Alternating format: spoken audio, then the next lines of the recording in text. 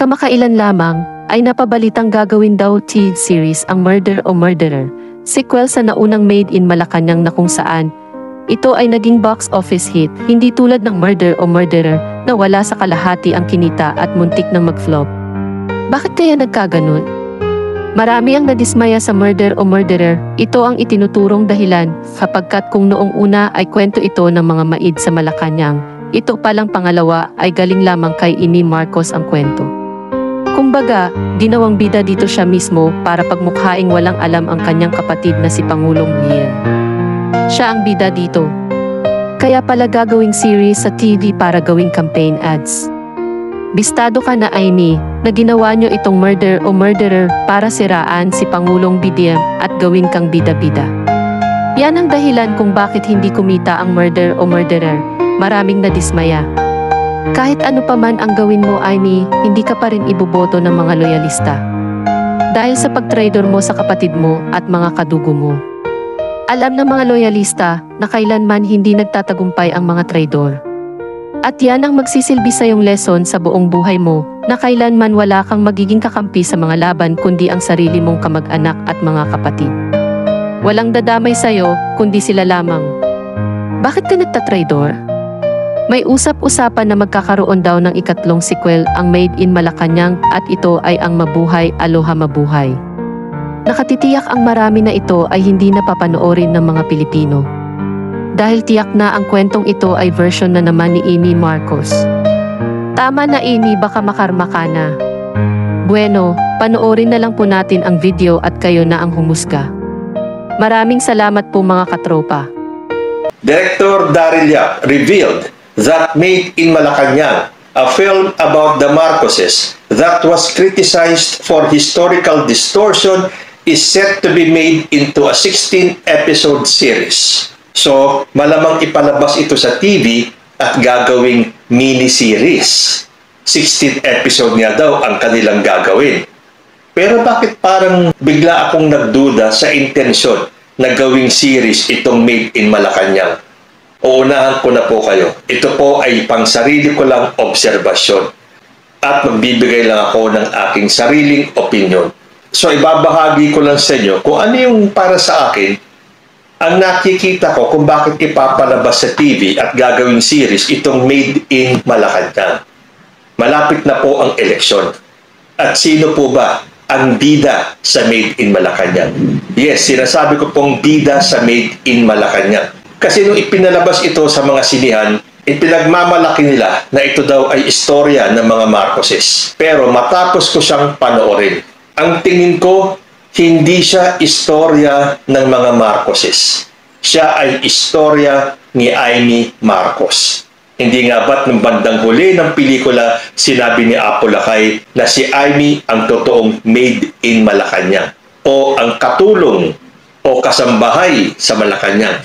Nung una, akala natin yung Made in Malacanang ay yung tatlong katulong. Sila Elizabeth Oropesa, Carla Estrada, at si Beverly Salviejo. Kaya lang, bakit hindi Maids in Malacanang? Dahil ang gusto nilang palabasin dati, yung istoryang ito ng mga Marcoses ay nanggaling sa istorya ng tatlong kasambahay.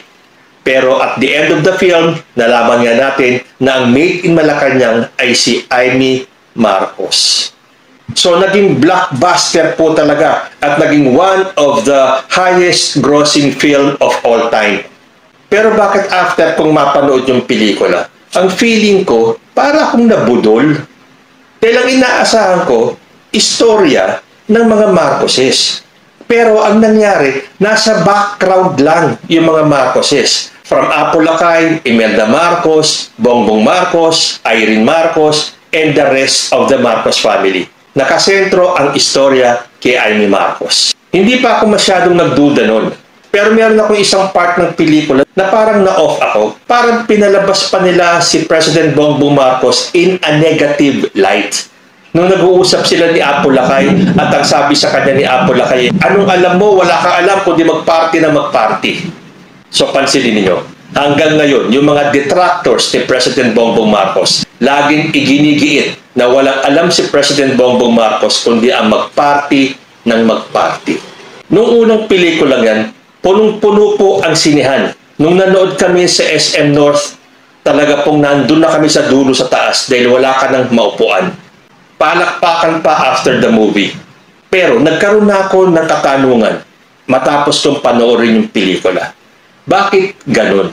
Bakit parang nakasentro kay Amy Marcos at parang pinalabas pa na happy-go-lucky lang si President Bongbong Marcos? And during that time, botong-boto tayo. Pinagtatanggol pa natin si Direk Daryl Yap.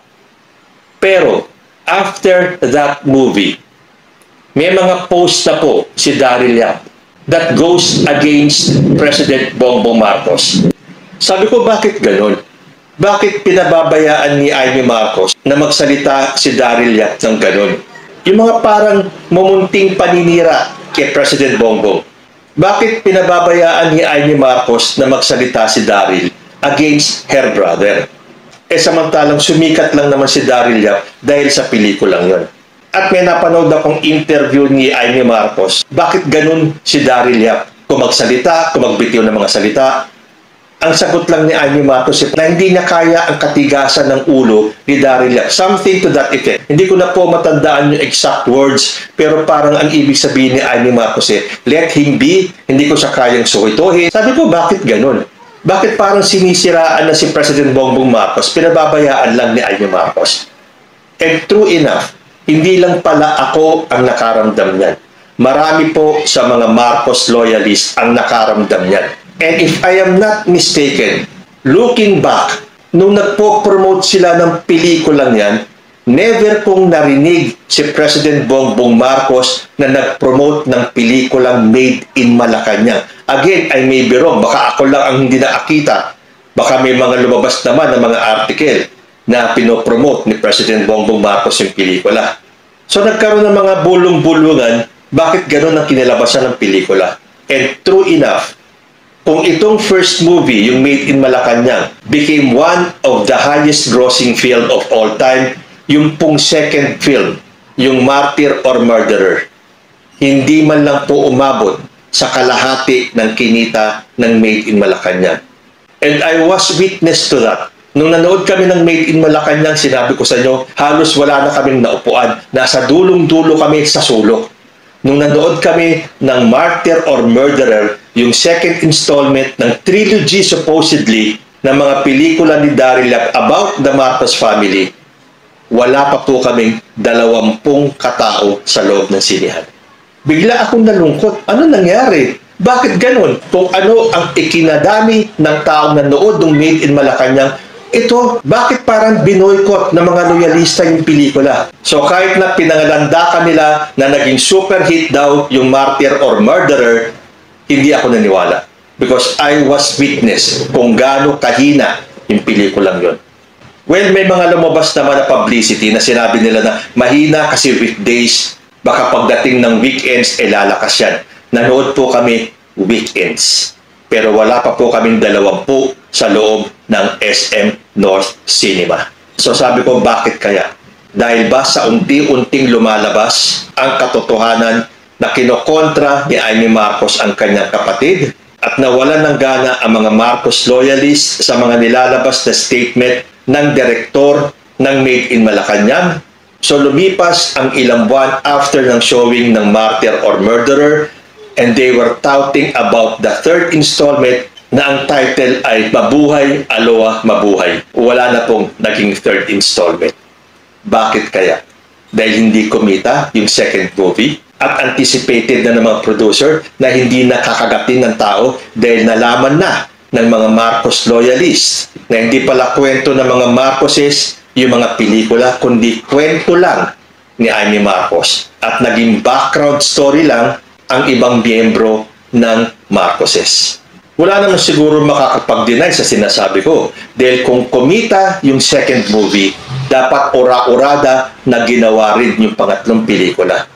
Pero bakit walang naging pelikula hanggang ngayon? At ito na nga, nag-announce sila na gagawin daw 16-episode series ito na ipapalabas ito sa TV para daw mas marami ang makapanood. Pero timing naman po. Bakit kanyo? Dahil malapit na ang eleksyon sa 2025 at isa si Amy Marcos na tumatakbong re-electionist para sa midterm elections. At dahil nga sa kalat na marami ng mga Marcos loyalists ang nag-withdraw ng suporta kay Super Ate, kailangan nilang gawin ito. Ipalabas na mini-series ang Made in Malacanang to generate more interest kay Amy Marcos. Dahil wala pong ibang makikinabang sa pelikulang yan kapag yan po ay ipinilabas, kundi si Senator Amy Marcos. Pero ako, for one, kung panoorin ko man ulit yan sa TV dahil libre, I am very sorry to say na hindi ko na po iboboto si Amy Marcos. Again, sinasabi ko, isa lang naman ako. Bali wala po kung mawalan man ng isang boto si Amy Marcos. Dahil para sa akin, ang ginagawa ni Amy Marcos ay namamangka sa dalawang ilog. Kaya hindi niya mabatikos ang Duterte camp dahil gusto niyang makuha ang boto ng mga pro-Duterte. Bakit siya sumama sa Bagong Pilipinas slate? Para makuha ang boto ng mga loyalista? Anong tawag mo doon? Hindi ba pamamangka sa dalawang ilog? She wants to get the best of both worlds. Makuha niya ang boto ng magkabilang kampo. Dahil makikita natin sa mga surveys, si Amy Marcos ay kapatid ni President Bongbong Marcos. Hindi ba expected na sa mga survey siya dapat ang mag-number 1? Pero kung papansinin niyo, habang nagkakasunod ang mga paglabas ng mga surveys sa senatorial para sa 2025, bumababa po ang ranking ni Amy Marcos. At ang latest, number 7 or 8 na lang siya. Whereas dati, number 3, 4, or 5 ang kanyang ranking. Ikaw ba naman ang kumontra sa kapatid mo? Hindi ka ba naman kaiinisan ng mga Marcos loyalists? Ako, I am willing to sacrifice my vote na kahit na miyembro si Amy Marcos ng Marcos family, hindi ko na po siya iboboto. And this has nothing to do with the chismis na hindi daw anak ni Apo Lakay si Amy Marcos. Kahit na anong chismis pa ang lumabas dyan, hindi po ako maniniwala. Dahil kung titignan nyo, hindi man kamukha ni Amy si Apo Lakay, may mga kuha po at anggulo si Amy Marcos na kamukha niya si First Lady Imelda Marcos. Siyempre, sasabihin ng iba, oo, anak siya ni Imelda, pero hindi siya anak ni Apo Lakay. Well, kanya-kanya na lang po tayo ng opinion at paniniwala dyan. Ako, I still refuse to believe na hindi anak ng dating first couple si Amy Marcos. Dahil kung magkaganon at hindi siya anak ni Apo Lakay, what does that make of Imelda Marcos? Two-timer? Pero para sa akin, anak pa rin po ni Apo Lakay at ang dating unang ginang Imelda Marcos si Amy. But then again, kanya-kanya po tayo ng paniniwala. But that is beside the point. Sa nangyayari po sa ginagawa ni Amy Marcos na gusto niyang makuha ang magkabilang kampo, parang hindi maganda tignan. Hindi mo babati-batikos ang pamilya Duterte. Pero ang kapatid mo, puro pangungontra at pagbabatikos sa mga polisiya at programa ni President Bongbong Marcos. Sana man lang kung balanse. Kung maglalabas siya ng pangontra kay President Bongbong, maglabas ka rin naman kahit na paminsan-minsan ng pangontra sa Duterte family. Pero hindi, kitang-kita po natin, wala pa akong narinig na pagkontra ni Amy Marcos sa pamilya Duterte. Samantalang panay ang pagkontra niya kay President Bongbong Marcos. Kaya ito, ipapalabas ang Made in Malacanang at gagawin mini-series sa telebisyon. Ang makikinabang po dyan, si Amy Marcos. Dahil malapit na po ang eleksyon. I hope I am wrong. Please, prove me wrong. Na gusto lang nilang ipalabas at gawing mini-series itong Made in Malacanang ay dahil para gusto lang nila na mas marami ang makaalam ng istorya ng mga Marcoses at sana itong pagpapalabas na ito ay walang kinalaman sa darating na eleksyon. But then again, I may be wrong. Baka talagang hindi naman gagamitin ni Amy Marcos itong Made in Malacanang para i-promote ang sarili niya dahil malapit na ang eleksyon. Kayo po, ano ang masasabi ninyo?